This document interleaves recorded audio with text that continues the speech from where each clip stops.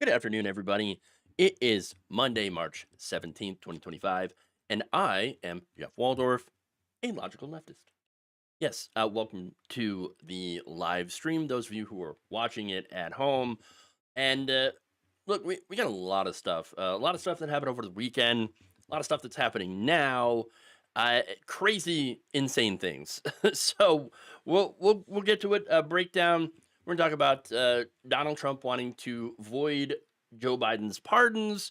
Um, Power grab, absolute power grab. We've got Republicans going after judges, the judiciary. We have, of course, Social Security. We got the DOGE dummies, the Blunderkins at it again.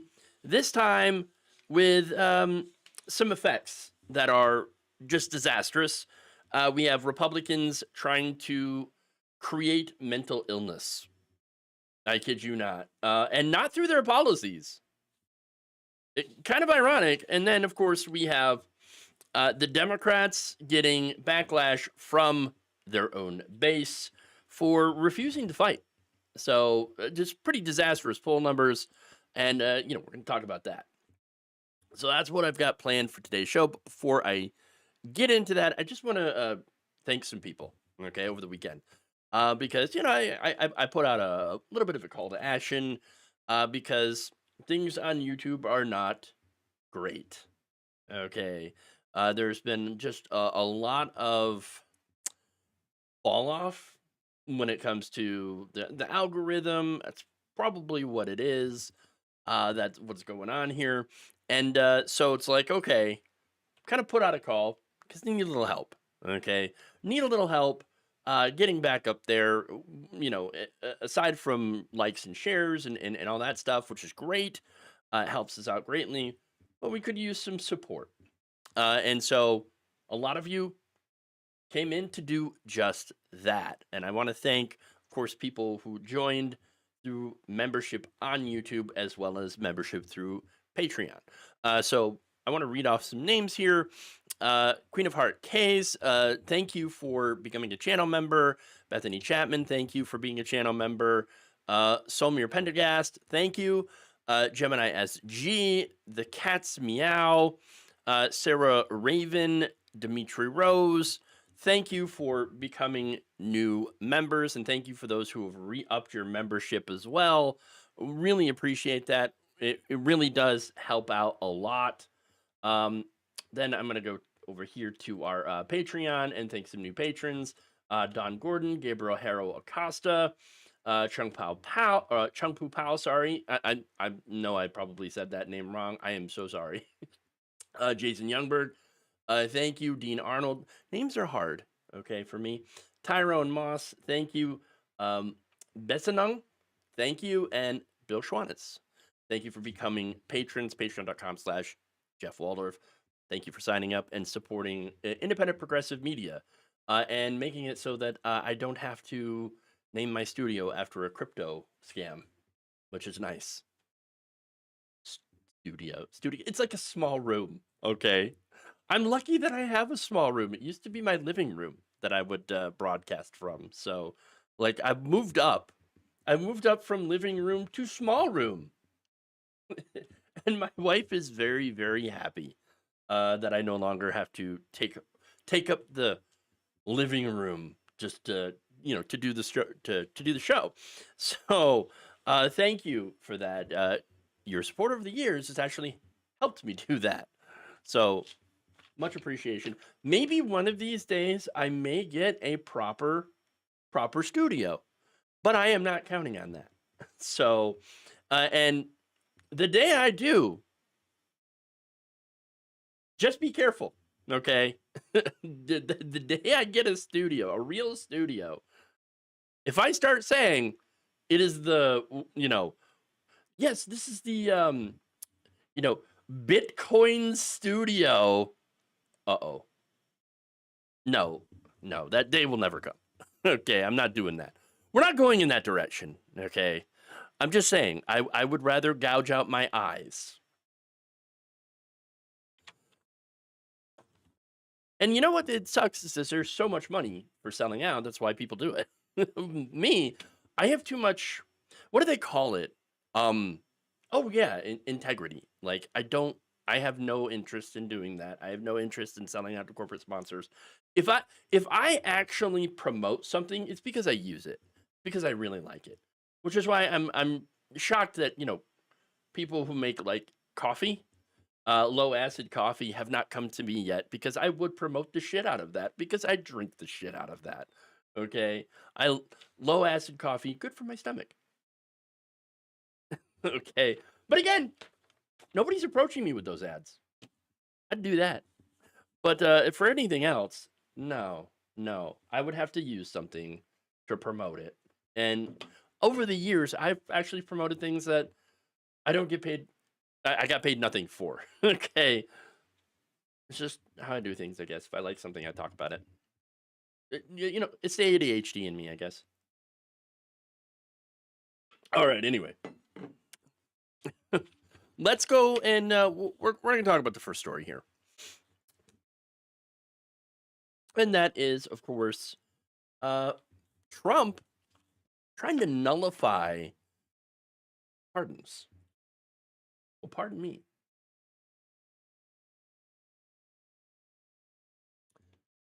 Late Sunday night, President Donald Trump went on another one of his posting benders. This time, declaring the previous president's pardons to be both null and void. Before leaving office, of course, remember, President Biden had signed some fairly controversial pardons, one for his son, Hunter, but, had also signed some preventative pardons for Dr. Anthony Fauci, as well as the January 6th committee. So that, look, again, it's controversial, but like, for me, it kind of made sense, because Trump had promised to weaponize the Justice Department. And now, of course, you have the Justice Department, who just recently announced that they are going to go after Habitat for Humanity for getting a climate change or environmental justice grant or something.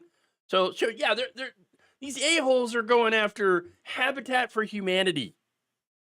So they meant it when they were going to go after people, okay, when they were going to weaponize the justice system. And that's what they're doing here, okay? And this is in order to get retribution for Trump's impeachment, as well as the investigation, of course, into January 6th that led to charges, which unfortunately never made it to court. Trump faced zero accountability for anything. And now you would think that getting away scot-free and then getting full immunity would be enough for the president. I'm just being able to skate away from all of this stuff. Be like, oh, hell yeah, woo, I did it. I'm free, bitches, I'm free. Not enough. Not enough. No, he's got to do some revenge. Okay, that's what he's doing. And now has claimed that Joe Biden's pardons were not real because they were signed by an auto pen. That's right, an auto pen. So I'm going to show you, this is what he put on Truth Social. The pardons that Sleepy Joe Biden gave to the unselect committee of political thugs and many others are hereby declared void, vacant, and of no further force or effect because of the fact that they were done by an auto pen. That's right, an auto pen. Wow. In other words, Joe Biden did not sign them. But more importantly, he did not know anything about them. Oh, really? The necessary pardoning documents were not explained to or approved by Biden. He knew nothing about them. And the people that did may have committed a crime. Therefore, those in the unselect committee who destroyed and deleted all evidence obtained during their 2-year witch hunt of me and many other innocent people should fully understand that they are subject to investigation at the highest level. The fact is, they were probably responsible for the documents that were... this is insane, okay? That were signed on their behalf without the knowledge or consent of the worst president in the history of our country, crooked Joe Biden. Look at the 2 retweets and 8 likes. Wow. I mean, I get more engagement than that. Okay. I mean, to be fair though, I am not on Truth Social. All right. I am on BlueSky. Go and follow me. jeffwaldorf.bsky.social. Okay. I'm just saying. you should probably follow me. But anyway, so wait, where did he get all this from? What's going on here? Well, last week the Oversight Project, which is a branch of the Heritage Foundation, which is a think tank that wrote Project 2025, claimed that the Biden White House used an automated signature to place Biden's name on several key documents that happen to be against Trump's agenda. So, wait, there's nothing wrong with using an auto pen. Okay, they do it all the time. But apparently, this is like, the Joe Biden is cognitively not there. Okay, and he's not even signing documents. He doesn't even know where he is. Okay, so that's the Trump argument. Okay, if you can even really call it that. But he's like, well, see, Joe Biden, he's not cognitively there, but I'm cognitively there. I'm a very stable genius. And so when I use an auto pen, it's totally fine. But when when Joe Biden uses an auto pen, it doesn't matter at all. No, of course not. Of course not. So now, here's the thing. According to the New York Post, because of course, right? This is corroborated by an anonymous Biden staffer who claims that it took unilateral decisions on what the president was signing by affixing an auto signature. However, per the newspaper's own reporting, the Post is not publishing that staffer's name due to lack of concrete evidence and refutations by other colleagues. So basically, at the end of the day, there is no evidence that the staffer even exists. Okay, they may have just made him up, which wouldn't surprise me at all. Alternative staffers, everybody. And by the way, look, when you're talking about Biden's cognitive issues, right? He was an old guy, and there certainly was a lot of people that were covering for that, and that's fair, right? But saying that, oh no, he did the auto pen, they used that, Biden didn't know what anything was or what he was doing. No. We're not talking about Dianne Feinstein, okay? Who didn't know where she was or what she was doing. Biden still had enough sense to know, for the most part, where he was and what he was signing, okay? As opposed to Donald Trump, who actually he didn't read what he was signing. They were just handing him stuff from Project 2025, okay? But no, Biden did understand that, yes, he even went out and talked about how, yes, I had to take this action to pardon Hunter Biden and the January 6th people because I know that Donald Trump was going to come for him, okay? So that's what he was talking about. So no evidence that the staffer exists, and the report is even sketchier. The signatures picked by the Heritage Foundation came from the National Archives. The National Archives do not display original copies of the documents, but instead they show digitized versions, right? These copies use a computer-generated signature for where the president signed the document, meaning that online copies of Biden's signature appear to be auto-signed, but they're not the original version. Not only that, but you have pictures of Biden signing many of these documents that the Heritage Foundation claims were signed by an auto pen. So there you go. Look, that said, even if you signed it via auto pen, it wouldn't matter. The Justice Department back in 2005 stated that the president need not personally perform the physical act of affixing his signature to a bill he approves and decides to sign in order for the bill to become a law. So at the end of the day, Donald Trump's argument is not legally valid. That said, in our insane system, this might end up going to the court. Even the Supreme Court. Oh, Jesus. Here we go. Now, on social media, of course, there were a lot of responses to this. Some of them were pretty spot on here. Aaron Rupert called it dictator shit. Yeah, the okayest poster there is writes, this is like the 17th constitutional crisis of just this weekend alone. Yeah. And finally, Anna Bauer writes, every time I wake up in the middle of the night, I regret looking at my phone because something insane has happened. This is another exhibit. Now, look, here's the thing, right? So a lot of people are like, oh my God, this is crazy. This is stupid, blah, blah, blah. And I agree with that. It is crazy and it is stupid, but it's also kind of dangerous too. Like because you're trying to take away people's pardons so that you can target them with political persecution. So that's what's going on here. And this is desire for retribution. It is a desire for punishment that you have coming from the current president of the United States towards people that were his political rivals that actually investigated alleged crimes that he had committed. And so that is very dangerous. Okay. Look, and here's the other thing, right? Getting back to why it was stupid, right? Now, if Donald Trump would be allowed to do this, then what would stop the next president from undoing some of Donald Trump's pardons? Like, for example, the J6ers. I mean, this would open up the door to some of the things that Trump and the right wing would not want. Not that the Democrats would actually do that, because let's be honest, I don't think they'd do that. So either Donald Trump does not realize this or believes that it would never happen. Either way, this is something that you should probably take serious, because yes, it is all fun and games until Trump starts actually prosecuting the January 6th committee for just literally trying to do their jobs. That happens. Oh boy. Okay.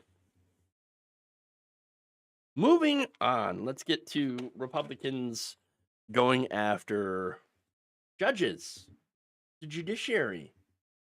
Here we go. Again.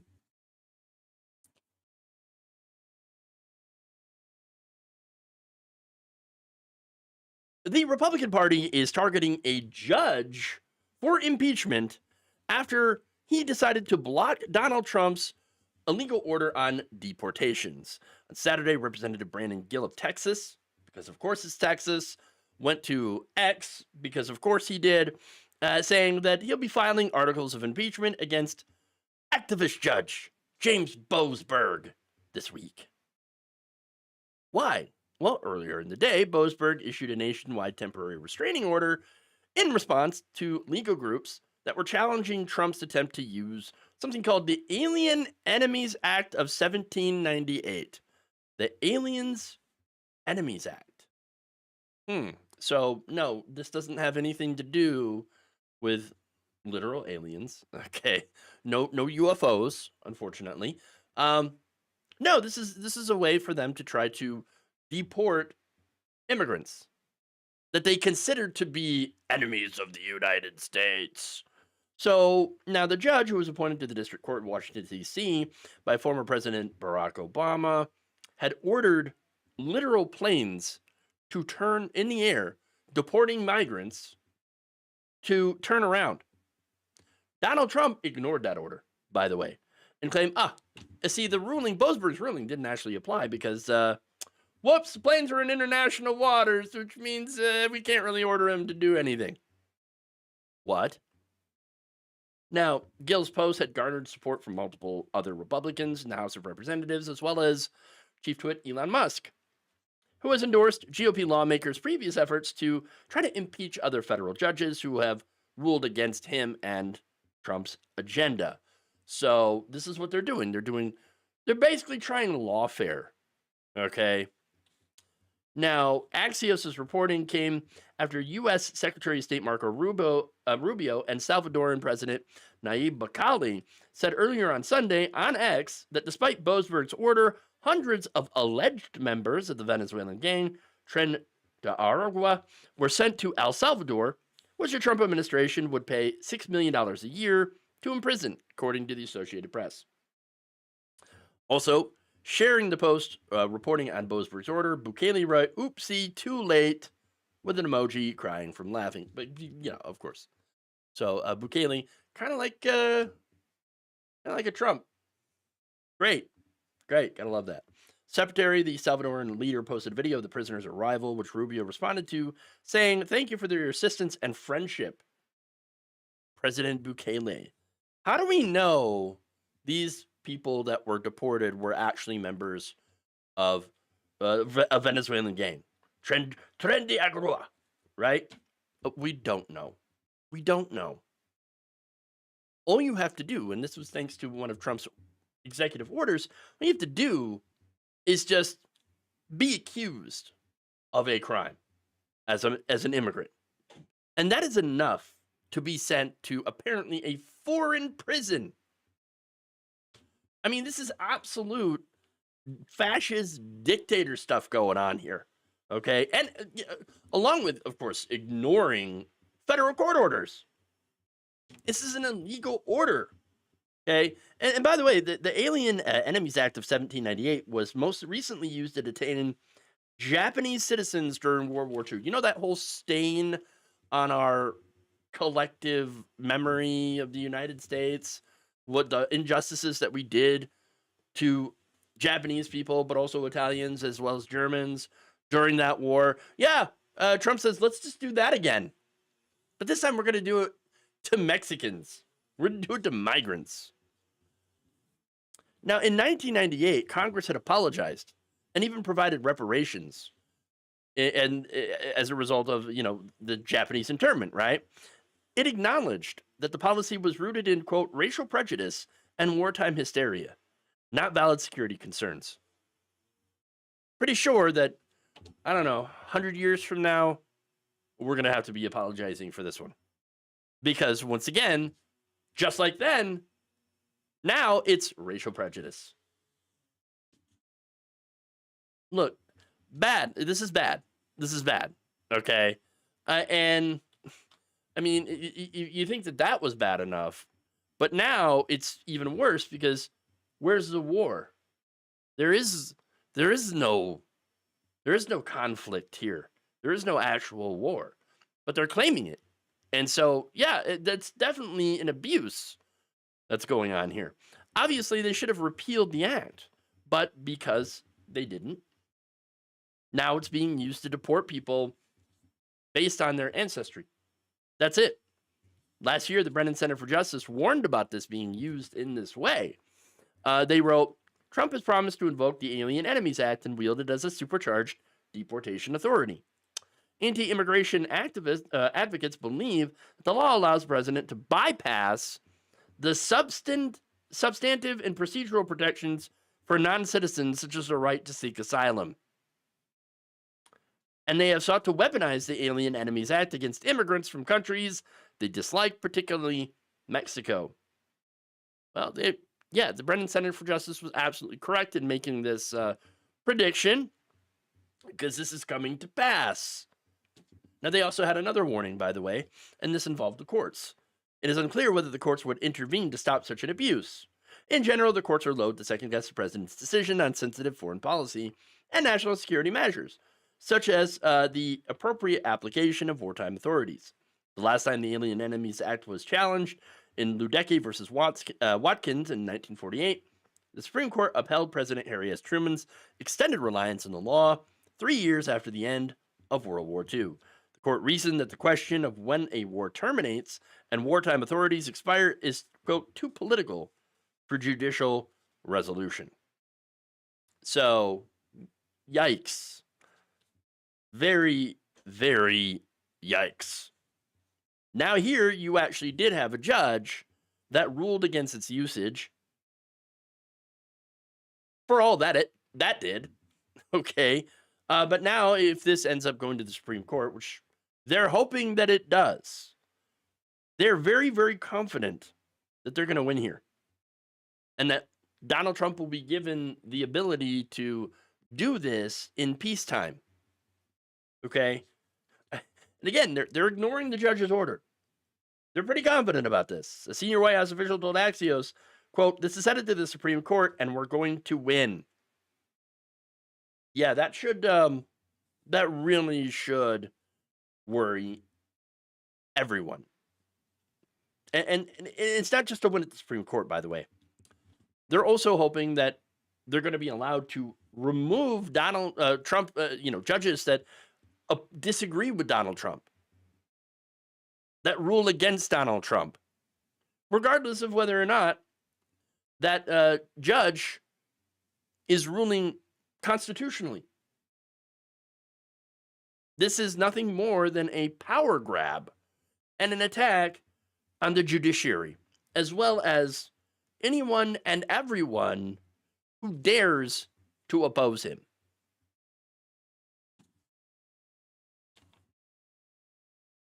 Trump and Rubio also said they would use this against American citizens and send them to foreign countries' prisons.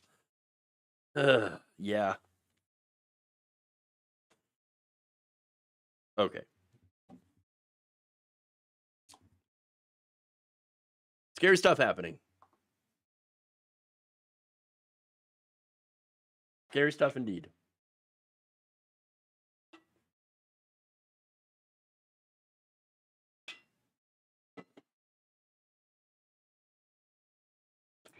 Moving on here.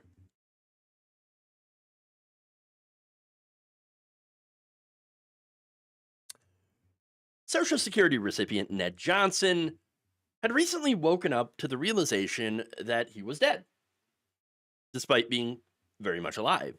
The 82-year-old Seattle man has become the newest victim of the DOGE Blunderkins war on Social Security. So now he was basically told, hey, you're dead, so you shouldn't get Social Security anymore.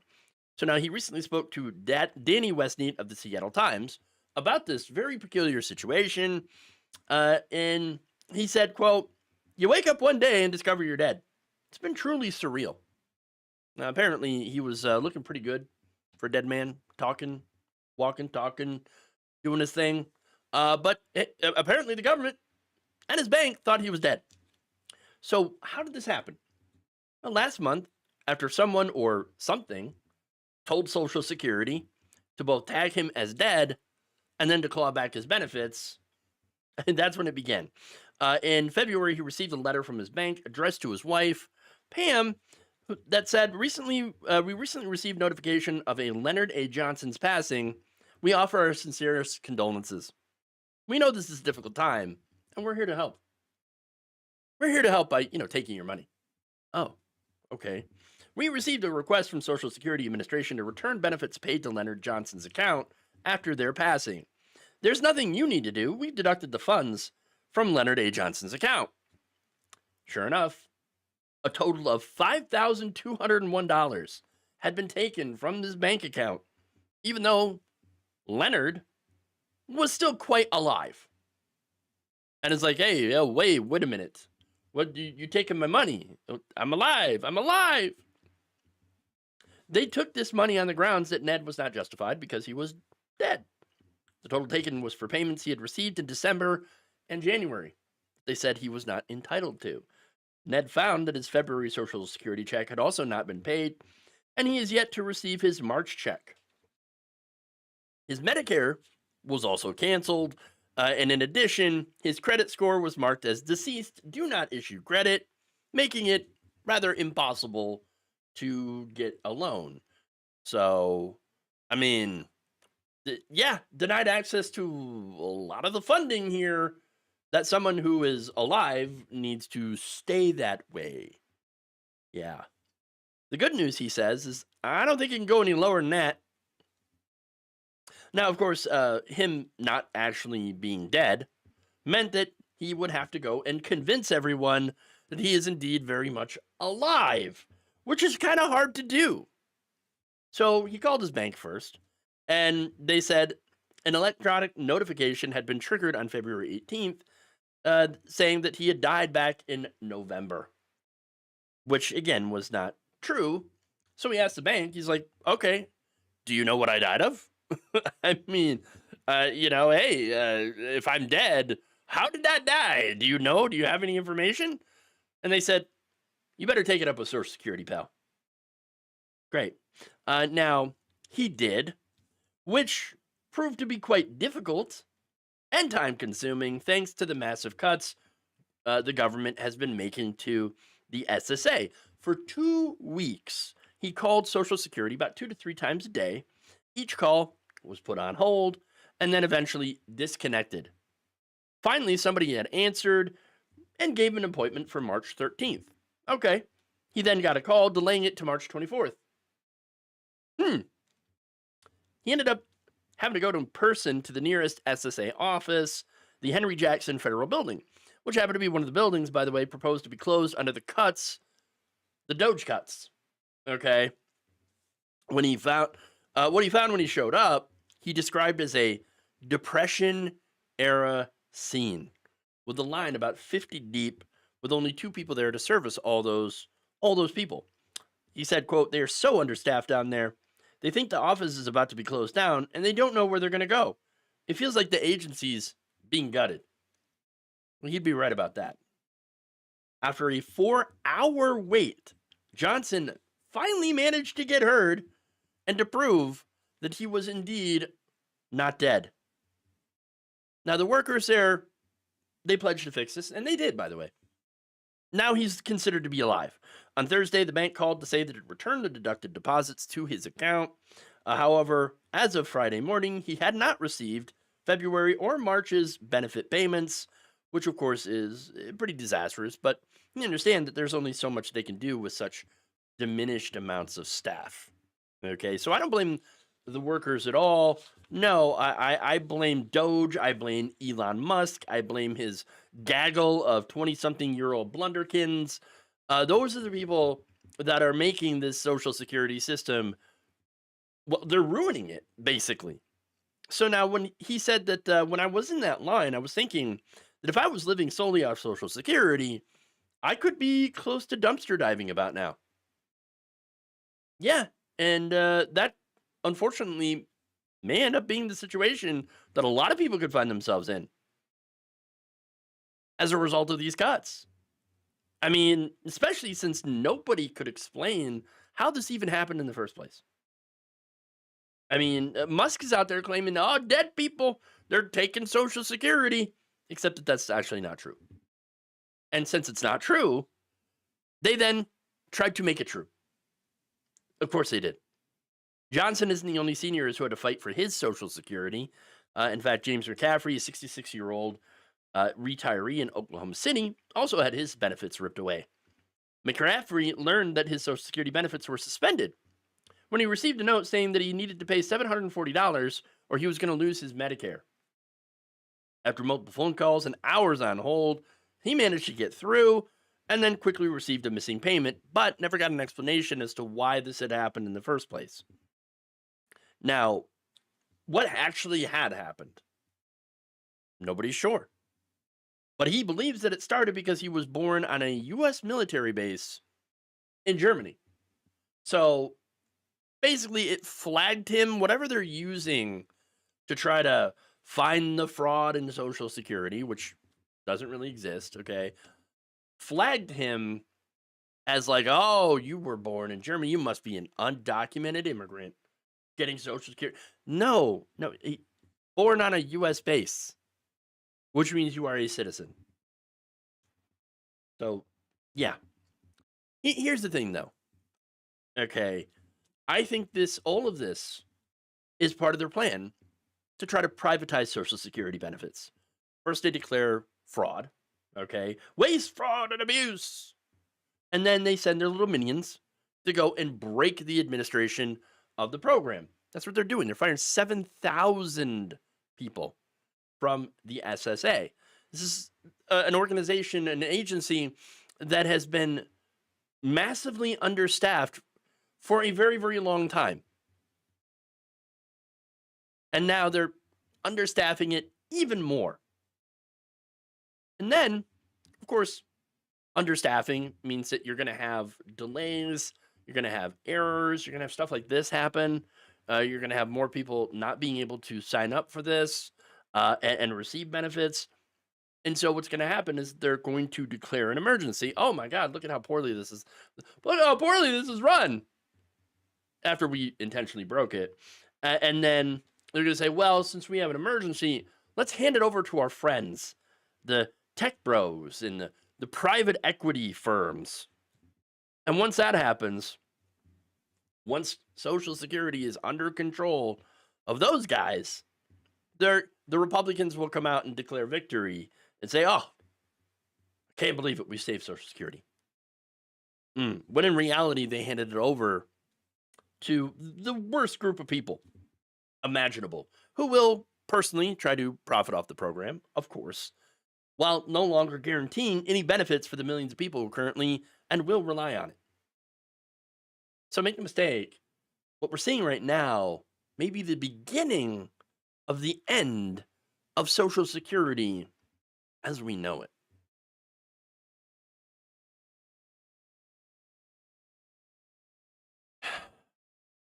I was born on a military base in Florida. Yeah, be cautious. They'll still probably try to use that. But wait, is Florida another country? Might as well be. It's MAGA country now. Insane. It doesn't seem like enough people are mad yet. I know. Insane. They should be mad. Should all be mad.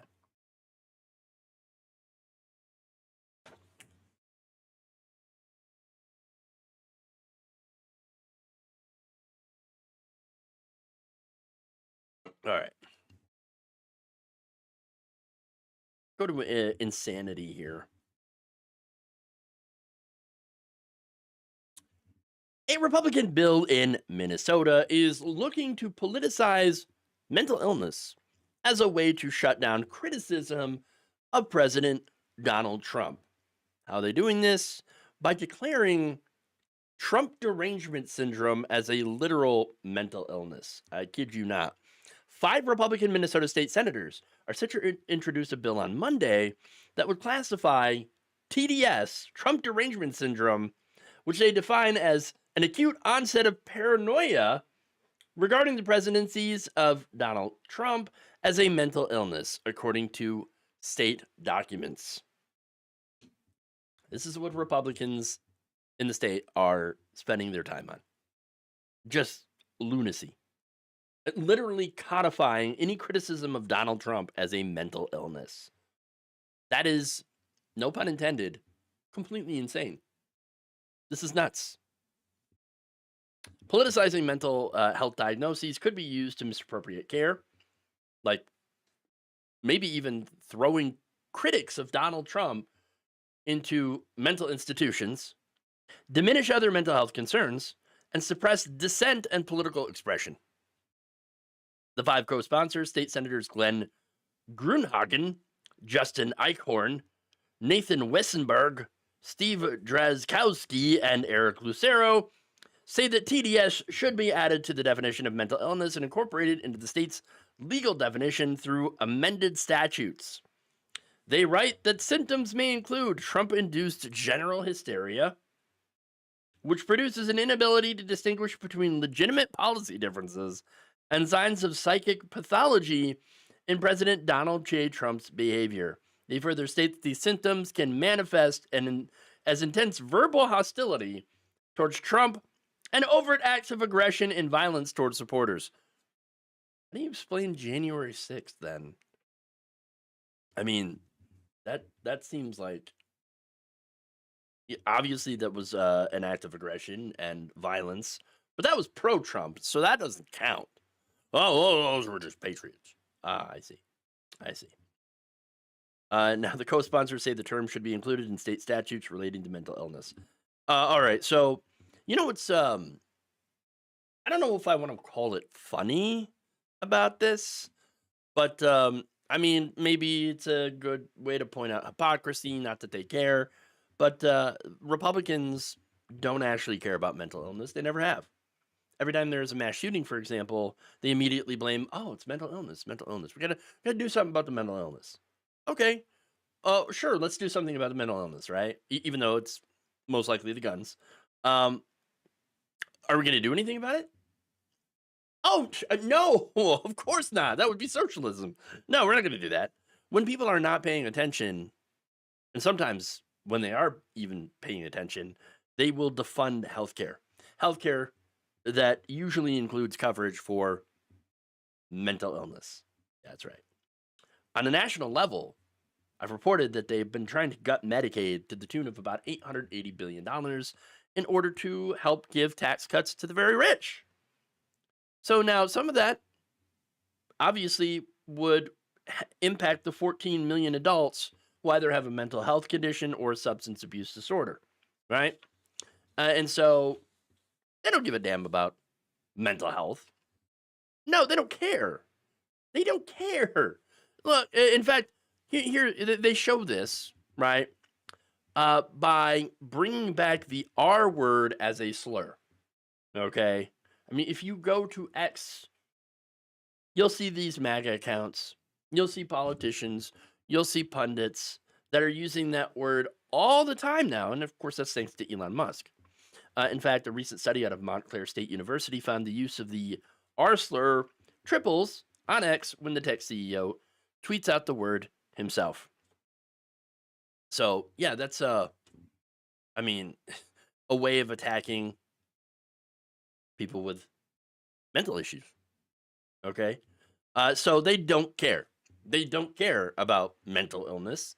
They don't care about any of that stuff. No, this is about demonizing their political opponents and just classifying them all as mentally ill. TDS is not real. It doesn't exist. Neither is the woke mind virus. I know. Crazy, right?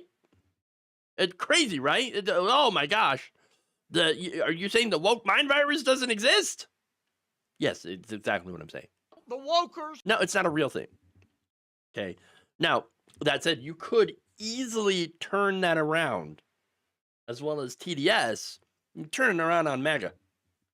Oh, do you uncritically defend Donald Trump on everything, regardless of the facts or consequences or the reality? You must have TDS. Your derangement. Derangement. Oh, do you melt down at every single thing that may be considered to be woke? Have you considered the fact that you might have the woke mind virus? Hey, you know what? If they can say that, we can too, apparently. And by the way, that sure, part of the discourse, right? Discourse is one thing. But when you actually start to try to pass legislation like this, well, that's when things go from absurd to actually dangerous.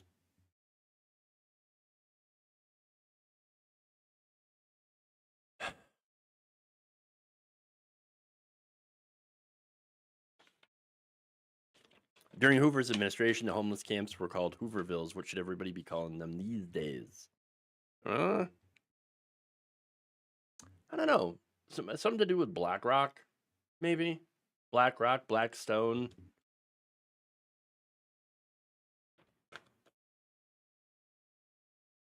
You know, private equity buying up all the homes and driving up prices so that people can't afford homes.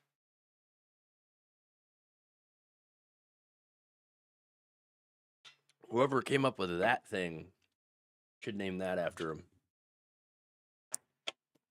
All right.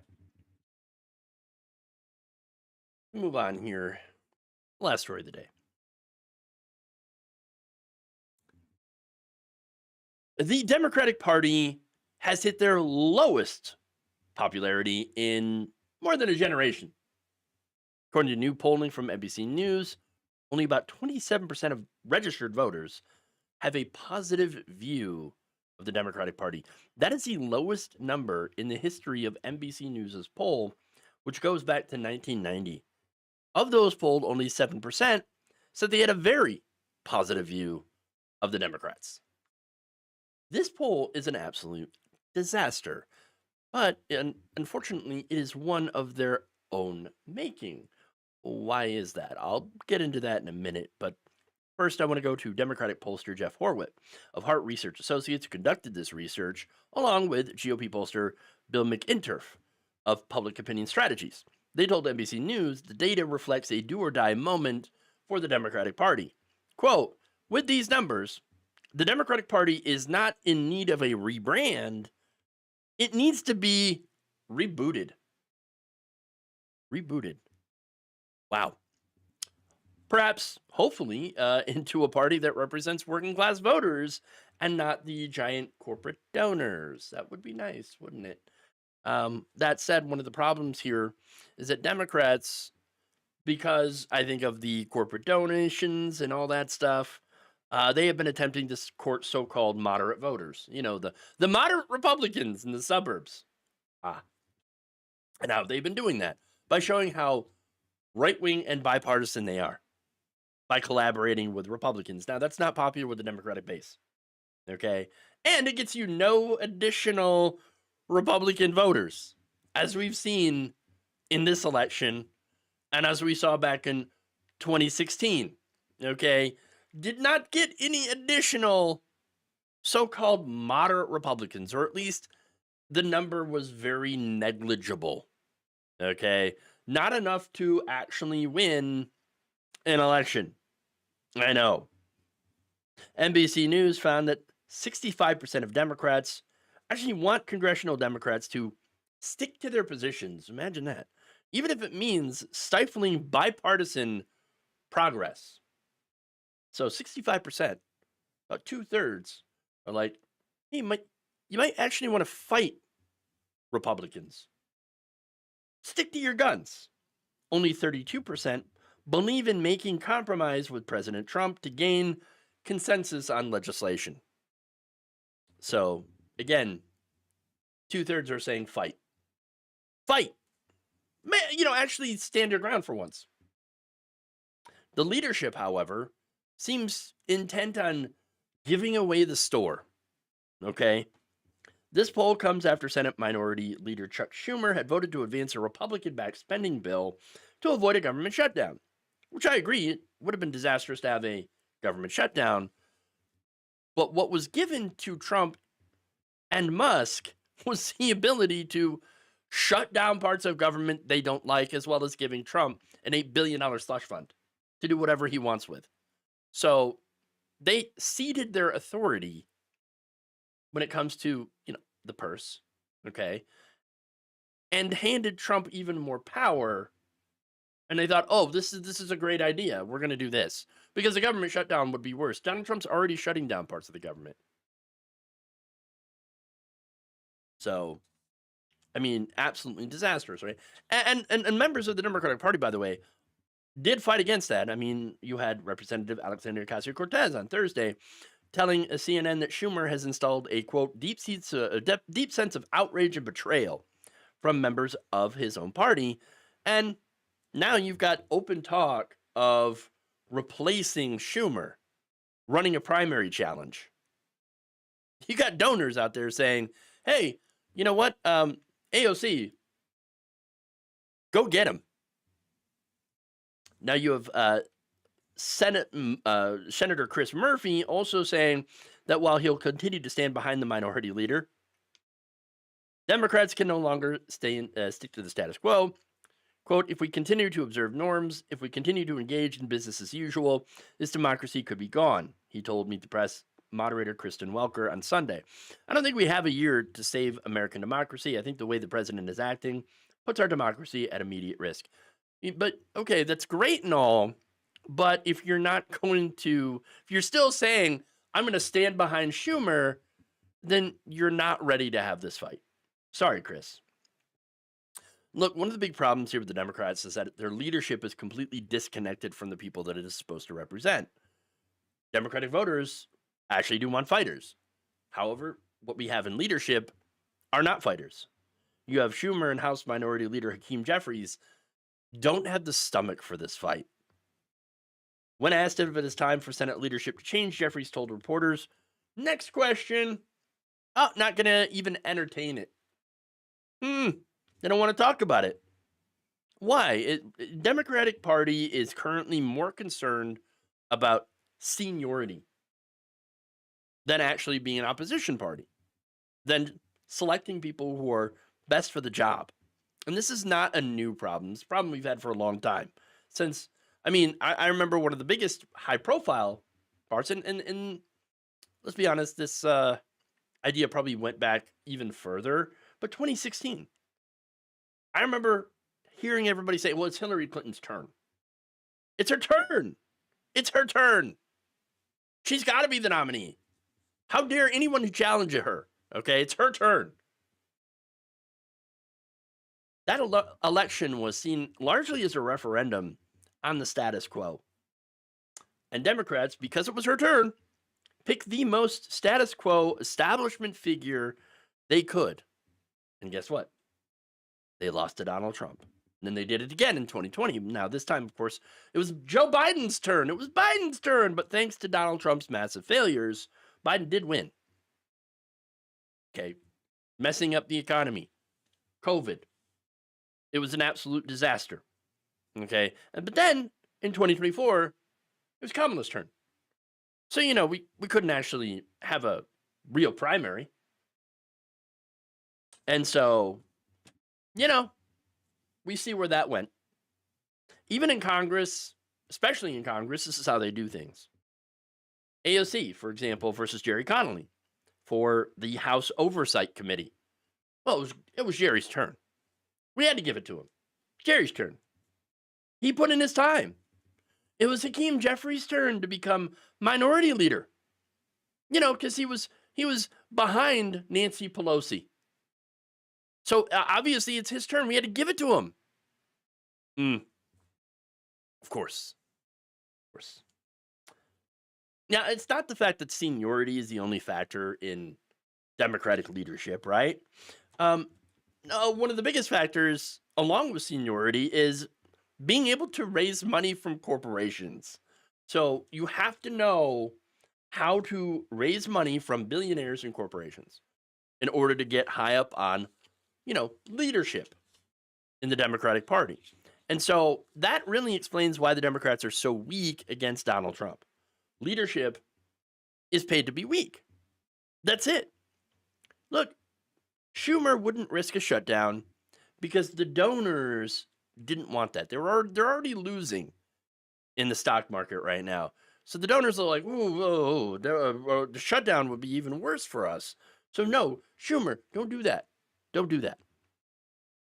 And look, the Democratic Party will not fight Trump on a lot of these things because they don't know how to fight or are told not to fight because that might have a negative effect on the markets. And this is why the Democrats have not elevated their strongest voices to be leaders of the party. AOC, Bernie Sanders, who I know he's an independent, right? Tim Walz, Jasmine Crockett. They're all out there, by the way, challenging Republicans. They're doing town halls in Republican districts. Tim Walz. Bernie Sanders is doing a fight oligarchy tour. AOC, by the way, is about to join Bernie Sanders on that tour. Okay. And Walz is talking about how, hey, we shouldn't just be doing the ACA. We actually need to be promoting, universal health care, like Medicare for all. And you know what? That's getting record numbers of people to show up. Because they're actually showing up and are willing to fight. But then you get these so-called, moderates. You get Shaheen, Fetterman, Slotkin. They're just out there helping Republicans instead of fighting Republicans. I mean, if anything, this should be a come to Jesus moment for Democratic voters. Okay. You got to vote in primaries, not for the person whose turn it is, but for the strongest candidate, the progressive candidate. Look, appealing to the so-called moderate middle has absolutely failed. Because this is what you get from the so-called moderate middle. People who don't fight at all. But, of course, that does mean admitting that people like Bernie Sanders and AOC were right the entire time.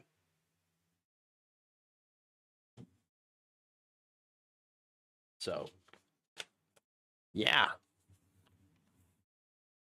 It's going to be a hard pill for a lot of these people to swallow, unfortunately. Especially, Democratic primary voters. I'm just hoping that they can see it before it's already too late, but at least I'm hoping that they can see it now. But I suppose we're going to have to see. Now,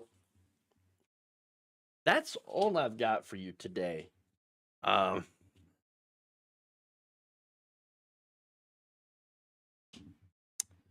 thank you for watching the show. Thank you for becoming a member. If you haven't already, please hit the join button below, or you can go to our Patreon page, patreon.com/jeffwaldorf. Thank you for those of you who are supporting us through this time. And again, it is very, very difficult time right now. One of these days, I ought to do the study here showing that, oh, look how dominant right-wing media is on all these different platforms. Yeah. I mean, it's something that we knew was true, but the numbers on that are absolutely stark and just disastrous, and really shows you why we are where we are and how we got here. Okay. Because it is just a complete and utter disaster online. So thank you for signing up, those of you who have. If you haven't already, what you waiting for? Support independent progressive media so that I'm not forced to leave, basically, because I'm not going to sell out. That is one thing that I refused 100% to do. I will not do that. I will not be broadcasting from the crypto studio. Okay, we're not. It's not happening. It's not happening. So anyway, before I get on a tangent that's going to get me in trouble, I'm just gonna leave. Okay, I'm gonna tell you all. Please check out the stream tomorrow. Those of you listening on our podcast that are patrons, thank you again for your support. And I appreciate you all. Love you all, and I will see you hopefully here on the stream tomorrow. Love you all, and we'll see you back here later. Have a great day. No Waldorf coin. No. Bad. Hold on before I go. Don't you ever do that. Don't you ever do that. I tell you don't do it.